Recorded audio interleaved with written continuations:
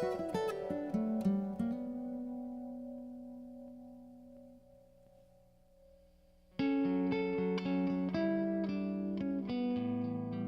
we are in Portland, Oregon, actually Fairview, Oregon, and we're on our trip from Sedona and out to see the world and see the grads and the instructors and some of the people that worked at the school back in the day. And today I have with me one of my very favorite ladies that worked with me in the management of the school, Christine Kennedy. At that time was Christine Thomas. And so welcome, Christine. I just want to give a little bit of background here. This is a different perspective. Normally I think we'll be talking to instructors and students and their take on the school, but I thought somebody from the management side would have a different perspective, and that's kind of what this is all about. And so we were originally back in the old funky old building on above the Wax Museum, and then we grew up to almost 1,000 students and couldn't stand it anymore. We're so cramped. So we moved over to McAdam Street, the old Max Factor building, and very fine building, 60,000 square feet, and we got a very sophisticated business management program going there, and that's when we invited Christine to join us. And it was mom and pop operation for years with Becky and me, and then obviously what is that, Peter Principle? I came to the top of my ability to manage, and I began to send edicts out into the school, and then I'd follow my breadcrumbs around to the problem, and it'd always lead back to me. And so we needed people like Christine here to keep me in line, and that's what she did. If I can take a second here, I have to look at my notes because I'm getting old now and I don't remember everything like I used to. So maybe before we get started in my questions, maybe you could just take a second and talk a little bit about your background before you came to the school. Could you do that? Sure. I came from the business world, working in corporations in human resources, which is what I went to school for. So I was trained to do what I came to do for you guys. And it was a little different. I used to go to work in dresses and high heels, and I came to a place where I got to wear jeans every day and tennis shoes. So it was a little bit of a culture shock, but it was a great culture shock. I wrote a story about another book, but I won't go into my story. I try not to anyhow. And I wrote another book, and I did a story on Christine. I gave her another name and everything. So I have you walking down the hall of MI all dressed up in a black dress and a necklace and looking very feminine with high heels, and you're heading towards the management office where you're to be met by the rest of the management team. Could you tell us about how did you feel? How was that feeling walking into Hollywood and a building on a side street from where you came from? It was different, but I knew coming into a school it was going to feel a little bit different. And you weren't very far off. I actually was wearing black when I came for my first interview. The little white blouse and my curls. And, I found out later they almost didn't hire me because they weren't sure I would fit in because of how I was dressed. And but I remember walking down the hall and someone stopped me and said, you know, can I help you find something? And I said yes. And I went in and interviewed with Scott, Ken, and Dan in your old office, that big round wood table that we had where we used to have all our meetings. Yeah. It was the first place that I interviewed. Okay. So how was it? Were you nervous or were you okay with it? Or I think normal nervous, you know, that you would be with any interview you're going to do. Well, you certainly made an impression on everybody. Obviously, they all thought you were the greatest, and I did too, and sent you right across the hall to your own little office with your computer to organize a system, a network, right? Actually, my first office was up on the 3rd floor with all the drummers. So all day long, that's all I heard was drumming going on, and I shared the restroom with the drum office. There was a little private restroom there, so it was with all men except for Maria and one other person, Trisha, I think. Maria Brancato, right? No, Maria Martinez. Maria Martinez. Oh. Yeah, she and I were the only women in there. Oh my gosh. So there was lots of male-type debris in that bathroom. Male-type reading material. Oh my gosh.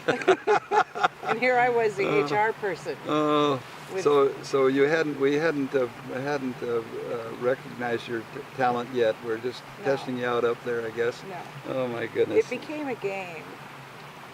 They would hide, the staff would hide posters in places to see how long it would take for me to find them. Oh and my God. They would hide, posters of girls in bathing suits and stuff. Oh my gosh.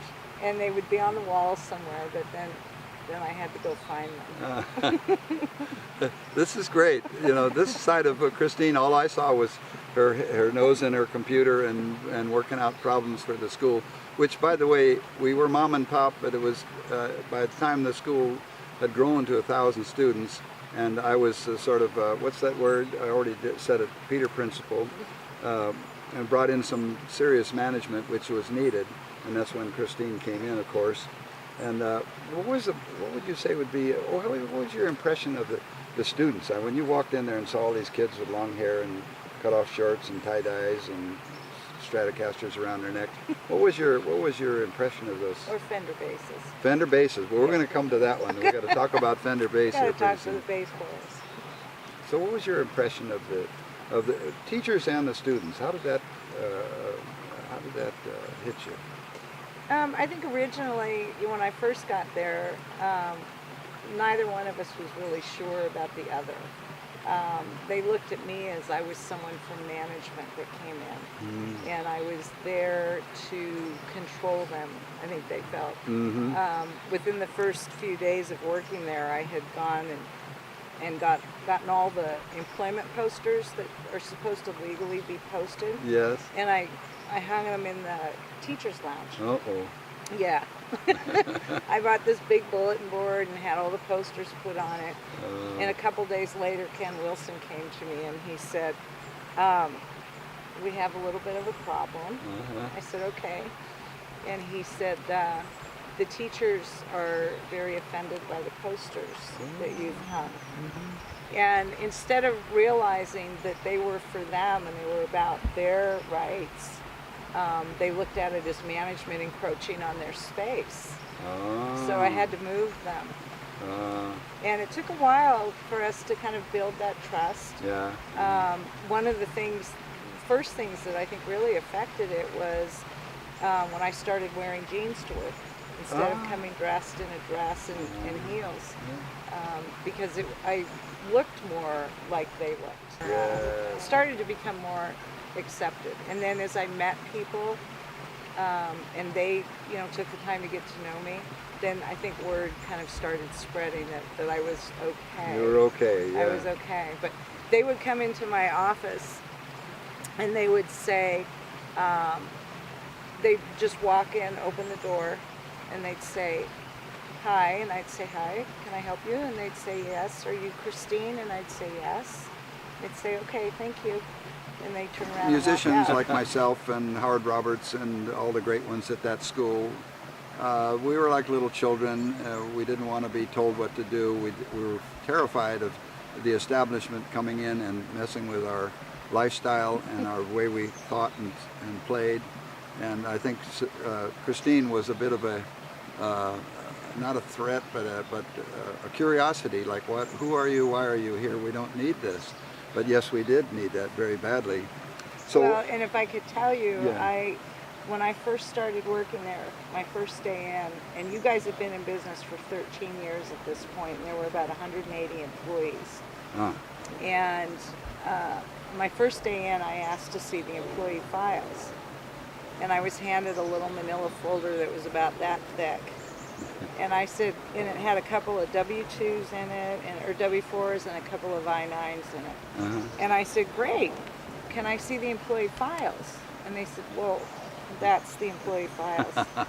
I said, okay. So I actually had to start by building a diagram of how the school was laid out. Ah, Each of the departments, who the department heads were, the staff, and who reported to whom, and what did people do, and you didn't have any of that so stuff. what would you say was the most difficult part of your job? I think the hardest thing I ever did working there was when we laid off a bunch of people all at one time. And I don't even remember when it was, other than actually I do know exactly when it was. It was right at the beginning, the end of 1991, the beginning of 1992. Yeah, hard times then. The school Yeah. went through some difficult times. There was a whole bunch of outside influences that affected the school. We had Maxine Waters was going after vocational schools. The music venue had switched from Hollywood to Seattle, where grunge music became, and garage bands became the thing to do, and school was no longer. And as well as the 18 to 24-year-old, which was our main group of market of students, they were baby boomer kids, and they were that dried up. They were known. So we started to hit some difficult times. Yeah, but having to tell these people who become brothers and sisters, I mean, we were like family. We really were. Yeah. And to have to tell them that we had to let them go for, nothing they did wrong, just we had to reduce So the what was the staff. best thing about your stay there? What did you like most about it? Oh, just everybody. Everybody. The people, the staff, the students that I became friends with and am still friends with today, and the staff, the people, we all worked together, and it was a great place to work. There was such an energy in that building that was just, it was palpable, but intangible. So Christine, that's been decades ago, many moon passed through. Yes. Well, what are you doing now? Tell us about now. I'm living in Portland, Oregon. I've been here since 2003. I came up here to be closer to my sister who lives up here. I'm still in human resources. I work at the Oregon State Bar, so I went from musicians to lawyers, and surprisingly there's a lot of commonality between the two environments. We had a unwritten rule about dating at the school, especially dating. You're going to nail me for that now? Well, a little bit, but it wasn't hard and fast. It was, but I never put it in writing anywhere. It wasn't in the human resources on the bulletin. They wouldn't dare put that in there. I didn't put that in there, But no. thank you. Leave that out. But we did have a couple incidences where teachers and students got involved, and it was a problem, but never got out of hand. But then Yeah, a dating couple between times did. employees was totally unthought about, and never said yes or no to that. So Christine, you did have an experience with one of the instructors. If you would, this is very personal, and I will let you just take that as far as you want to talk about it. But I thought it was a beautiful story and something that needs to be told. Yeah, I did. I actually dated two people there. Subsequent to this story, I dated Timmy for Oh, two. Tim, I right, had a Tim thing Bogert. for bass players, but no, originally, not long after I started working there, I met Jim Lacefield, who was one of the bass instructors there, and we started dating, and nobody knew it for a while. Because of the unwritten rule. And we, first of all, I think my relationship with him was part of what helped the staff accept me more. Because he was saying I was okay. Part of the family. Maybe she is okay. Yeah. But we, and in fact, one of the funny stories is the weekend or the day I went up to his mountain house in Tehachapi, the first time I'd been up there, and I got snowed in on a Sunday, which meant I was late for work on Monday because I couldn't get off the mountain until Monday. And I couldn't tell anybody where I was because they didn't know we were dating, and it was like 80 degrees in LA that day. And to try and explain that I got snowed in was, wasn't believable. Wasn't very believable, but it was the truth. And so we finally decided that we were probably going to date for a while, and decided to come out. And we did it at the old, do you remember when we used to have the dinners for the staff right after registration when we brought in the new class? Yeah. And we would have a big dinner for everybody. Yeah. And we had one at Tony Roma's. And so he came with me as my date. And the reactions of people were just fabulous. Eyebrows raised. Oh, well, Paul Farnan was in the bar. Jim had gone in there to see if anybody was there yet. And so Paul said, well, come and have a drink with me. And he said, well, I'm here with a date. And Paul said, well, get your date and come on in. So we walked in and together, and Paul just did me, one of those tennis match things. Yeah. Looking back and forth at us, and then just finally said, okay. And didn't say much more. And when Ralph Humphrey came into the dinner, sat down, and just mouth dropped open, and that's kind of what everybody did. And then the next day at school, it wasn't a teaching day for him, but I went in, and it was like being in high school again. People would open my door and they'd say, good morning, Mrs. Lacefield, and shut the door and run out. And just made all kinds of comments like that. Oh, and that carried on for a very, very long time. But we continued to date and ended up moving in together, and it was our plan to get married. And fate changed that a bit for us. He passed away in January 1992.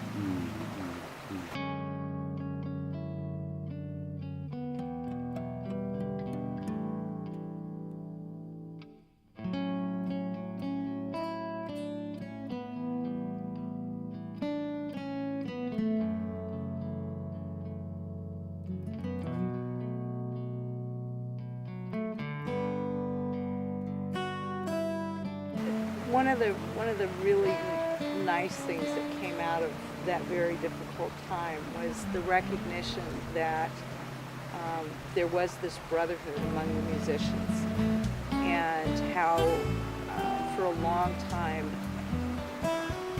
people that were friends of his and the people I worked with at the school came around me and kind of cocooned me and took care of me and checked on me and made sure I was okay. And to this day, now 20 years later, that still happens.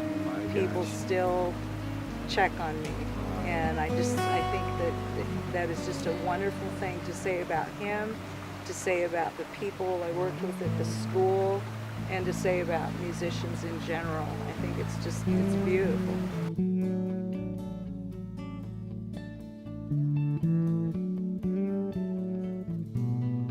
Bye-bye, everybody. We'll see you next time.